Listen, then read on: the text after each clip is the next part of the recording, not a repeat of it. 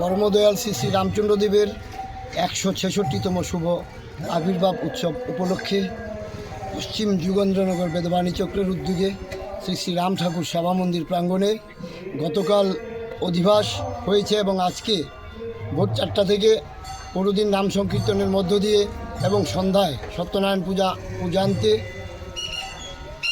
শ্রী শ্রী ঠাকুরের 166তম শুভ আবির্ভাব উৎসব উদযাপিত হতে চলছে পশ্চিম যুগেন্দ্রনগর বেদবাণী চক্রের উদ্যোগে। সেই সঙ্গে পশ্চিম যুগেন্দ্রনগর বেদবাণী চক্রের 25 বছর পূর্তি উপলক্ষে আমাদের বিশেষ অনুষ্ঠান অনাথ শিশুদের মধ্যে শীতবস্ত্র বিতরণ, ছোট শিশুদের মধ্যে বসা আঁকো প্রতিযোগিতা এবং শ্রীমদ্ ভাগবত গীতা পাঠ, 25 বছর পূর্তি উপলক্ষে 25টি প্রদীপ প্রজ্বলন এবং নদীতে ভাসান এবং আমাদের 25টি গ্যাস বেলুন উড়ানো হয়, 25 শটের বাজি পোড়ানো হয়। বিভিন্ন অনুষ্ঠানের মধ্য দিয়ে পশ্চিম যুগেন্দ্রনগর বেদবাণী চক্রের পক্ষ থেকে এই অনুষ্ঠানটা আমরা উদযাপিত করতে যাচ্ছি। আজকে এখন শ্রী শ্রী ঠাকুরের অন্নভোগ নিবেদিত হয়েছে। অন্নভোগ নিবেদন হওয়ার পরে আমাদের মহাপ্রসাদের ওইখানে অন্নভোগ নিবেদিত হবে। তারপর ভক্তদের মাঝে মহাপ্রসাদ বিতরণ করা হবে।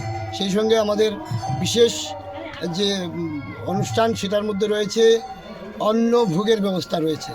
তাছাড়া রয়েছে বিভিন্ন সাংস্কৃতিক অনুষ্ঠান।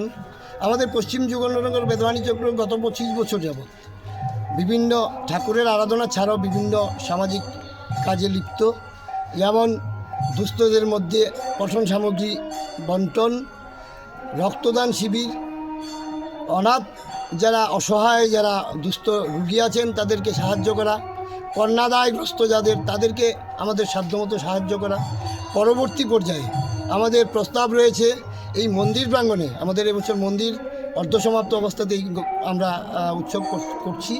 উৎসবের পরে আমরা এটা পূর্ণাঙ্গ রূপ দিতে চেষ্টা করব এবং আমাদের কাছে যা প্রস্তাব রয়েছে এই মন্দিরকে সামনে রেখে আমরা গরিব ছাত্রছাত্রীদের অবৈতনিক শিক্ষাকেন্দ্র চালু করার প্রস্তাব রয়েছে বিনামূল্যে চিকিৎসা পরিষেবা দেওয়ার, আরও অনেক সেবামূলক প্রস্তাব রয়েছে।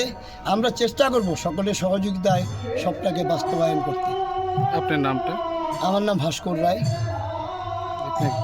উনি অরুণকান্তি ঘোষ বেদবাণী চক্রের সম্পাদক, উনি বেদবাণী চক্রের সহসম্পাদক, উনি হচ্ছেন কার্যকরী কমিটির সদস্য অঙ্কুর দাস।